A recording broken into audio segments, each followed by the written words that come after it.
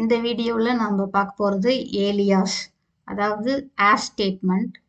இதோட ஜெனரல் சின்டெக்ஸ் என்னன்னு பார்த்தீங்கன்னா, செலக்ட் காலம் name as new name from table name. அதாவது இப்போ நம்ம ஒரு காலமை எடுத்து பார்க்குறோம் அப்படின்னா, அந்த காலமோட ஹெட்டிங் இருக்கு இல்லையா, அந்த காலமோட டைட்டில் வந்து நமக்கு அதில் இருக்கிற காலம் டைட்டிலே தான் எடுத்து பார்க்கணும்னு அவசியம் இல்லை.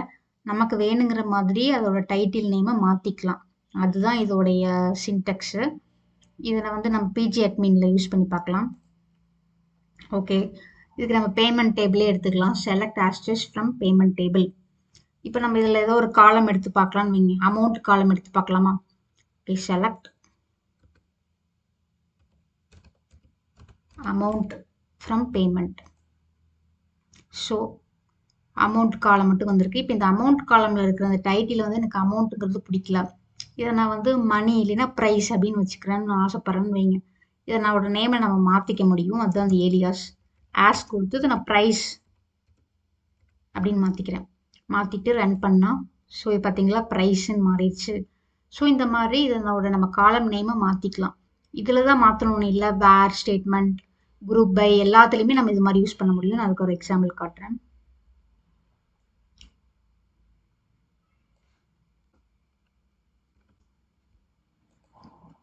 இப்போ நம்ம குரூப் ஐயில் யூஸ் பண்ணி பார்க்கலாமா? இப்போ இந்த ஸ்டாஃப் ஐடி 1, 2 அப்படின்னு 2 இருக்கு. ஓகே, இதில் குரூப் ஐயில் இப்போ ஸ்டாஃப் ஐடி 1க்கு மட்டும் எவ்வளோ அமௌண்ட் வந்திருக்கு, ஸ்டாஃப் ஐடி 2க்கு எவ்வளோ அமௌண்ட் வந்திருக்கு அப்படிங்கிறத நம்ம பார்க்கலாம். ஸோ குரூப் ஐ யூஸ் பண்ணி பார்க்கலாம். ஸ்டாஃப் ஐடி நம்ம வந்து சம் பண்ணி பார்க்கலாம் அமௌண்ட்டை, இண்டிவிஜுவல் ஸ்டாஃப்க்கு எவ்வளோ வந்திருக்கு அப்படின்ட்டு. So some amount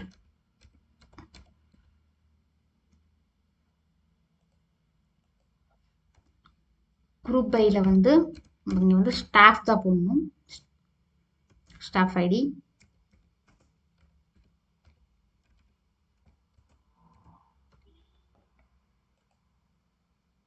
okay, individual sum வந்துருச்சு.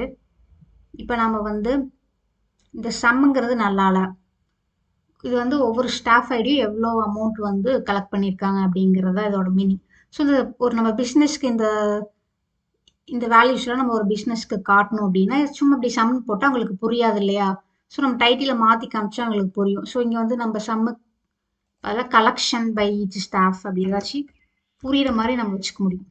இப்போ கலெக்ஷன் ஆஸ் கொடுத்துக்கணும். இப்போ கலெக்ஷன் பை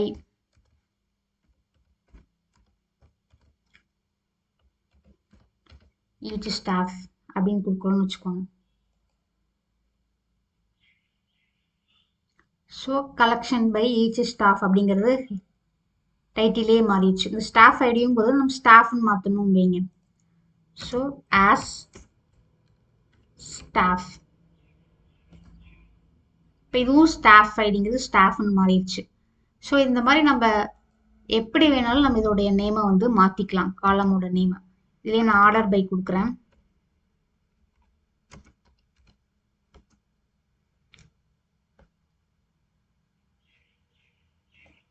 இப்போ ஆர்டர் பை சம் அமௌண்ட்.